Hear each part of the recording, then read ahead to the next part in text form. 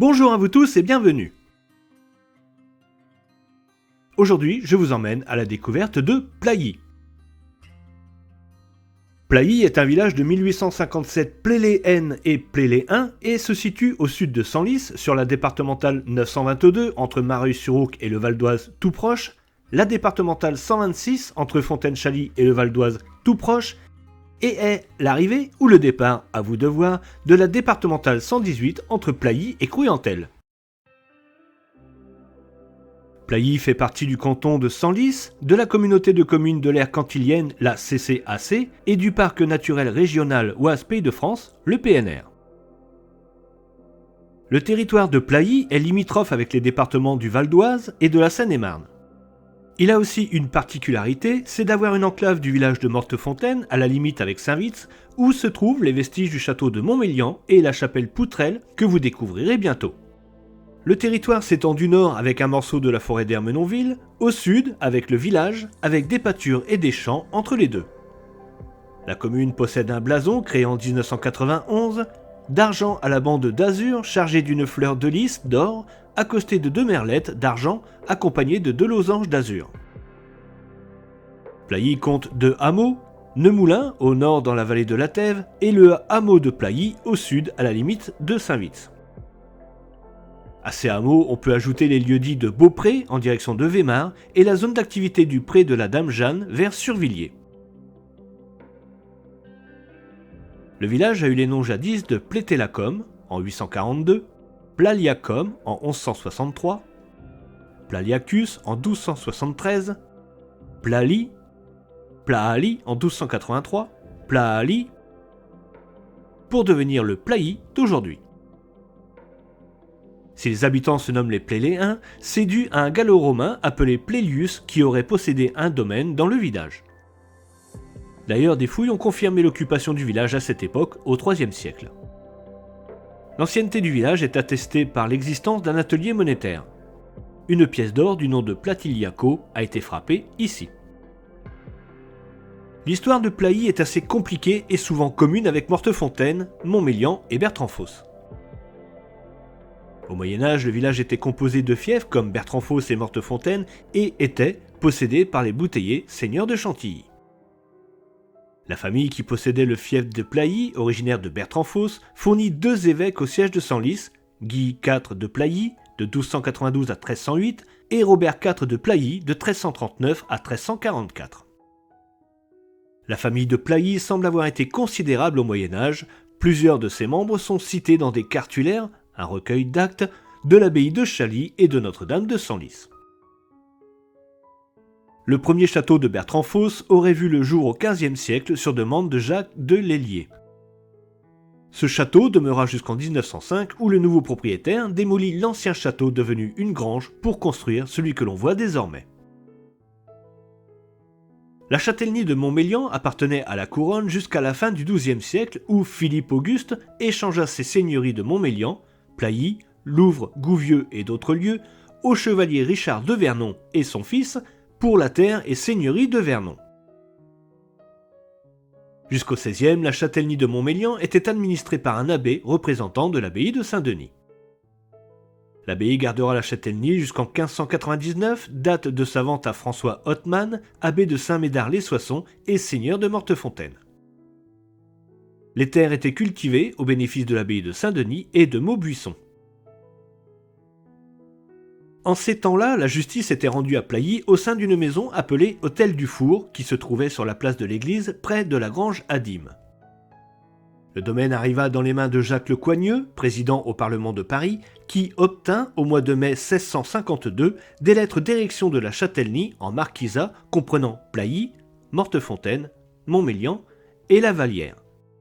Bertrand-Fosse reste un fief indépendant.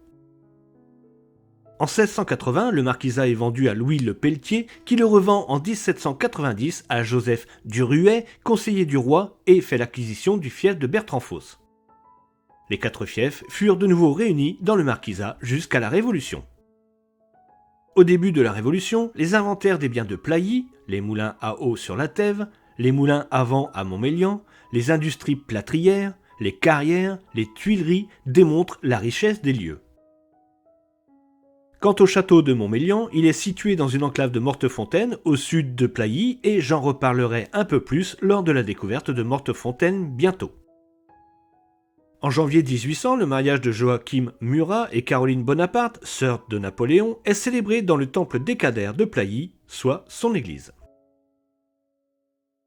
Au XIXe siècle, la municipalité s'organise avec l'achat de l'ancienne mairie, rue Georges Bouchard, où se situe la microcrèche et la bibliothèque actuellement.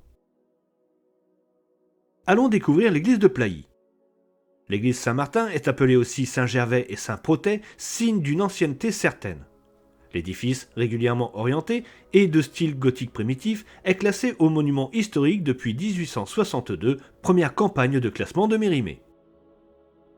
C'est vraiment un magnifique édifice d'une grande qualité architecturale, probablement dû aux seigneurs de Plailly, dont certains membres ont été les doyens de Saint-Rieul, de l'abbaye de Chaly ou encore de l'abbaye de Saint-Denis. L'édifice comporte 3 époques de construction. Le 12e avec la nef, le transept et le clocher, puis au 13e est construit le chœur à chevet plat, et enfin au 16e, la flèche sera édifiée à son tour. L'église, parfaitement rectangulaire, de plan basilical, se compose d'une nef de 5 travées, accompagnée de bas-côtés, et d'un chœur à chevet plat de 2 travées avec collatéraux. De l'église du 12e reste la nef, la partie ouest du transept et le clocher. La façade occidentale est assez simple avec ses 2 petites fenêtres sur les bas-côtés, mais possède un très beau portail en arc brisé, surplombé d'une fenêtre et d'un oculus, le tout donnant une belle impression de grandeur. Le portail au sud, lui, est plus décoré et est agrémenté d'une statue de la Vierge et d'un cadran solaire. Une autre petite porte ouvre sur la tourelle d'escalier. Le chevet plat est lui aussi exceptionnel avec ses 3 grandes baies et ses 3 pignons. Le clocher, comme on l'a vu, date du XIIIe, avec un étage comprenant une petite fenêtre à chaque face, dont celle du sud est obstruée par la tourelle d'escalier, et le second étage, lui, comprend 2 étroites baies à basson jumelés. La flèche octogonale en pierre, flanquée de pyramides d'angle, elle fut érigée au XVIe siècle. Elle n'est pas sans rappeler les flèches typiques du Valois, comme celles de Versigny, Montagny-Sainte-Félicité et bien d'autres. Et pour la première fois sur la chaîne, je vous emmène dans le clocher pour entendre l'Angélus de midi.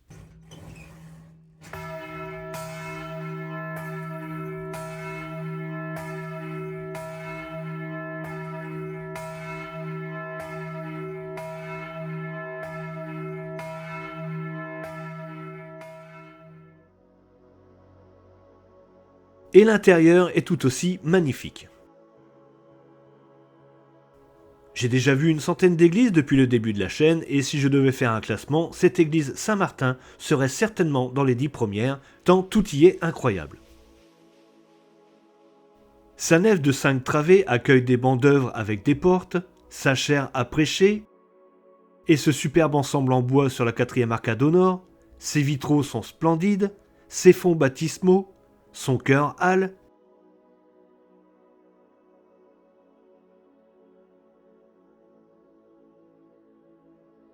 Ses piliers et leurs chapiteaux, sa tribune et surtout ses voûtes d'ogive.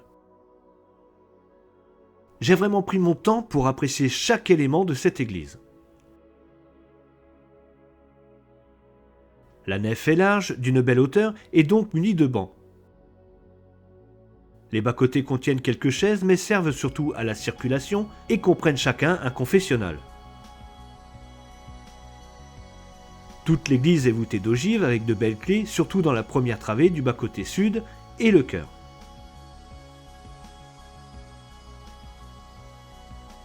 Les 2 collatéraux du chœur, servant de chapelle, contiennent un autel surmonté chacun d'une statue et de très beaux vitraux. Le maître-autel, lui, est magnifique avec ses personnages et ses somptueux décors. Les vitraux sont tous incroyables et le chemin de croix est un des plus beaux que j'ai vus. Les fonds baptismaux et ses superbes sculptures de 1570 sont dans la première travée nord. Une belle tribune surplombe l'entrée occidentale. Un retable du XIVe siècle a été découvert en 1854 et est actuellement au musée de Cluny. Je vous laisse avec d'autres éléments intéressants de cette magnifique église Saint-Martin.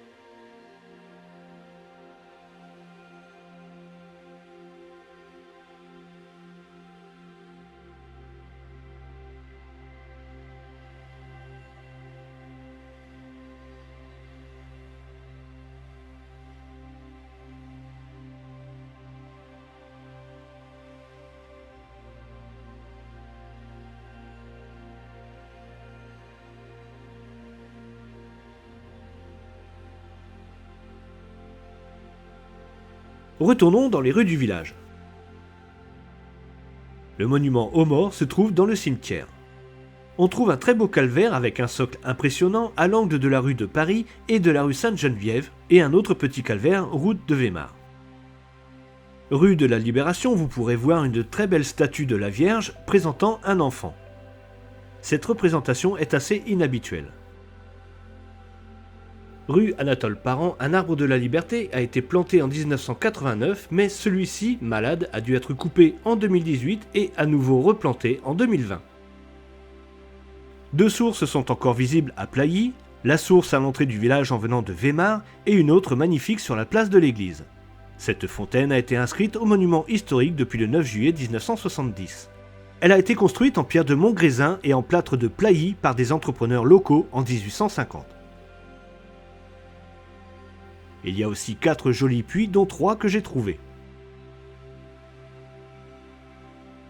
Et tout comme à Pont-Armé, sur le territoire, se trouve un pont inachevé de la ligne SNCF Aulnay-sous-Bois-Rivecourt, et je vous renvoie à la découverte de Saint-Va-de-Longmont si vous voulez en apprendre plus sur cette ligne inachevée. Pour l'éducation, Plailly compte une école, celle des Fontaines, avec environ 150 élèves de la maternelle au CM2, avec cantine et périscolaire. Et rue Georges Bouchard se trouve la microcrèche et la bibliothèque. Après l'école, les enfants peuvent aller s'amuser dans l'aire de jeu près de l'église ou aller se promener dans le très beau parc de la Cavée du Gué avec ses poules, ses oies, ses moutons et son petit étang. Un joli petit parc se trouve aussi derrière la mairie. Concernant le sport, Plailly possède un très beau complexe sportif avec le terrain de foot, un clubhouse pour le tennis avec ses 2 terrains extérieurs et son terrain intérieur, un panneau de basket 3x3, une rampe pour skateboard, un city-stade, mais aussi un terrain de pétanque et un très grand gymnase. Dans ce même complexe se trouve le nouveau jeu d'arc, alors que l'ancien jeu d'arc, lui, est à la sortie nord du village. Pour les commerces, là aussi le village est bien loti. Il y a 2 boulangeries, 3 restaurants, un bar-tabac, une supérette, coiffeur, barbier, la poste, 2 agences immobilières, un opticien audioprothésiste et une boutique de fabrication de meubles sur mesure, menuiserie intérieure et extérieure. Le village compte aussi quelques entreprises et artisans ainsi qu'une ferme encore en activité, une zone d'activité et une déchetterie. Côté santé, Plailly dispose d'un cabinet médical et d'un cabinet d'infirmière rue de Paris, d'un centre de santé pluridisciplinaire rue Anatole Parent, avec aussi un cabinet d'infirmière. A noter aussi en face de la mairie la présence de l'EHPAD Le Cèdre, maison médicalisée pouvant accueillir 88 personnes. Pour un séjour à Plailly, un gîte vous accueille rue du Docteur Laporte où vous pourrez vous détendre et profiter de tout ce que le village a à offrir. Plailly est un village sportif. Monsieur Alain Sarteur, athlète spécialiste du 100 mètres et médaillé d'or au championnat d'Europe à Athènes en 1969, est né à Plailly. Et y vit actuellement Madame Josette Bourguin-Merckx, escrimeuse paralympique avec un palmarès incroyable de médailles gagnées aux Jeux Olympiques, aux Championnats du Monde ou encore dans d'autres compétitions. J'en profite pour la féliciter pour son immense carrière. Bien sûr, je ne vais pas finir cette vidéo sans vous avoir parlé de l'irréductible petit Gaulois qui est venu s'installer ici il y a maintenant 36 ans. A l'origine, l'emplacement pour ce parc était prévu sur le territoire de la commune de Bazicourt, près de Saint-Martin-Longo, mais finalement c'est à Plailly qu'est venu s'implanter le parc Astérix. Je pense que tout le monde connaît ce parc d'attractions, donc nul besoin de vous le présenter. Il est situé dans le bois de Morières qui fait partie de la forêt domaniale d'Ermenonville. Avec la mer de sable, c'est donc le 2e parc d'attractions que l'on trouve dans cette forêt. Voilà, c'est ainsi que se termine la découverte du village de Plailly, très joli village à la limite sud du département et qui possède tout ce qu'il faut comme commerce et espace vert pour les habitants et surtout accueille notre plus illustre Gaulois, Astérix. Je tiens à remercier Monsieur Mangot, maire de Plailly, Monsieur Adair, Monsieur Dubosc, Monsieur Cartiot, Madame Bizinski, les secrétaires de mairie, les commerçants et toutes les personnes qui m'ont aidé dans la préparation de cette vidéo. J'espère que cette vidéo vous a plu, et si c'est le cas, n'hésitez pas à me le dire en commentaire et surtout à partager et mettre un j'aime, cela aide grandement la chaîne. N'oubliez pas de vous abonner et d'activer la petite cloche pour ne pas manquer les prochaines découvertes. A bientôt. Au revoir Plailly.